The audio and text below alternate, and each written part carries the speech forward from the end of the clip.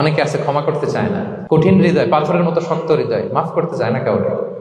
উনি আবার মুনাজাতে বসলে আল্লাহ আল্লাহ আমারে মাফ করো, আল্লাহ আমারে ক্ষমা করো, কাঁদতে কাঁদতে বুক ভাসায়। উনি ক্ষমা চায়, মাগার উনি কাউরে ক্ষমা করে না। এরকম ডাকাত আছে না নাই? চিন্তা করছেন? উনি ক্ষমা চায় আল্লাহর কাছে, কিন্তু উনি ক্ষমা করে না। প্রিয় ভাইরা, ক্ষমা করুন। যে ক্ষমা করে সে ক্ষমা পায়। আচ্ছা, একটু চোখটা বন্ধ করে, চোখ বন্ধ করলাম আমি, জানা অজানা পাপের পাহাড়ের দিকে তাকালাম। এবার একটু চিন্তা করেন যে কি পরিমাণে ক্ষমা আল্লাহর পক্ষ থেকে আমার জন্য প্রয়োজন। চিন্তা করেছেন? এবার চোখ খুলুন, পাপের পাহাড়ের দিকে একটু তাকান।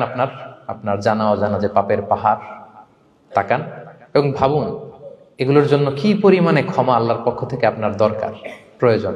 সেই প্রয়োজনের তাগিদে হলেও ক্ষমা করুন।